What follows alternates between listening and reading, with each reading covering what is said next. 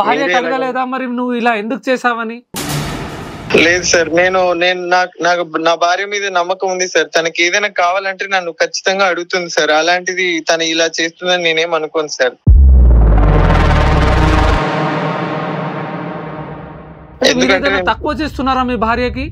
లేదు సార్, అలాంటిది ఏం లేదు సార్. తనకి ఏం కావాలన్నా నన్ను అడుగుతుంది కదండి సార్. కాబట్టి నాకు అలాంటి ఉద్దేశం లేదు సార్, అనుమానించేంత కూడా లేదు.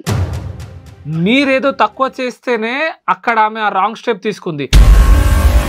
లేకుంటే రికవరీ ఏజెంట్ అన్నా ఏదైనా చేయవచ్చు, అంటే ఏదైనా బ్లాక్మెయిల్ చేయవచ్చు మీ వైఫ్ కి. అసలు ఏం జరిగిందో మీరు కూర్చోపెట్టి అడిగారా క్లియర్ గా? లేదు సార్, నేను అలా ఏం అడగలేదు సార్. అందుకనే వెయిట్ చేయడం కోసమే నేను ఆగి చూశాను సార్. ఎలా అని కనుక్కోవాలి రికవరీ ఏజెంట్ అని చెప్పి ఆగి చూస్తే వాడు వెళ్ళిపోయాడు సార్. అయితే నా డౌట్ అంతా కూడా వాడి మీదనే సార్. వాడే ఏదో చేస్తూనే ఉంటాడు సార్ ఖచ్చితంగా. Okay okay. మీ వైఫ్ మరి ఇప్పుడు ఎక్కడ ఉంటుంది? మీతో ఉంటుందా లేకుంటే వాళ్ళ అమ్మ వాళ్ళ ఇంటికి వెళ్ళిపోయిందా? లేదు సార్, ఇలాంటివన్నీ ఎలా చెప్పుకుంటాను సార్? చెప్తే నా పరువు పోతుంది కదండి సార్. అందుకే నేను నా పాటికి నేను ఇంట్లోనే మేమిద్దరం కలిసి ఉంటున్నాం సార్. గొడవలు చేసుకుంటున్నారా డైలీ, లేకుంటే నార్మల్ గానే ఉంటున్నారా?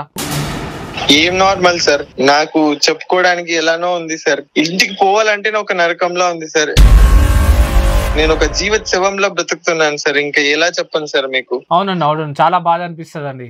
ఓకే, మరి మీ వైఫ్ మీతో మోసం చేసిందండి, మరి మీరు డైవోర్స్ కూడా తీసుకోవచ్చు. మరి మీరు అలాంటి ఏదైనా థాట్ ఉందా మీకు?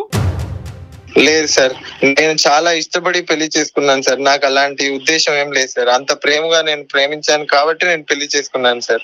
ఓకే, నైస్ అండి. విడిపోవద్దండి, ఇలాంటివి వస్తుంటాయి. అది మీ వైఫ్ తప్ప మరి తను ట్రాప్ చేశాడా ఆ క్లారిటీ మీకు లేదు కదా. ఆ క్లారిటీ మీకు దొరికితే మీరు ఏదైనా తీసుకోవచ్చు స్టెప్. అవును సార్, మీరే ఎలాగైనా సాల్వ్ చేయండి సార్. మీ వైఫ్ తో ఒకసారి నాకు మాట్లాడిస్తారా కాన్ఫరెన్స్ లో? మాది అసలే పరుగుల కుటుంబం సార్. ఇలాంటివి వస్తే మా వల్ల కాదు సార్ తీసుకోవడం.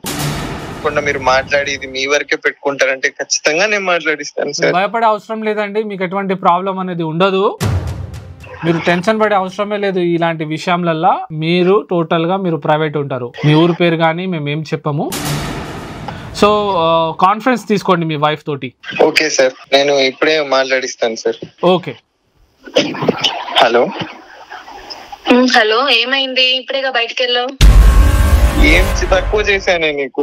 నా జీవితం అంతా నాశనం చేసావు. ఇప్పుడు ఏమైందని మళ్ళీ గొడవ స్టార్ట్ చేస్తున్నావు? ఏం చేయను, కళ్ళు మూస్తే చాలు మీరు చేసిన పనులే గుర్తొస్తున్నాయి. మీరు అలా పడుకోవడం నా వల్ల కావట్లేదు. నువ్వు ఇలా చేసావంటే ఏదో ఒక రోజు నీ పేరు చెప్పి సూసైడ్ చేసుకొని చచ్చిపోతా చెప్తున్నా.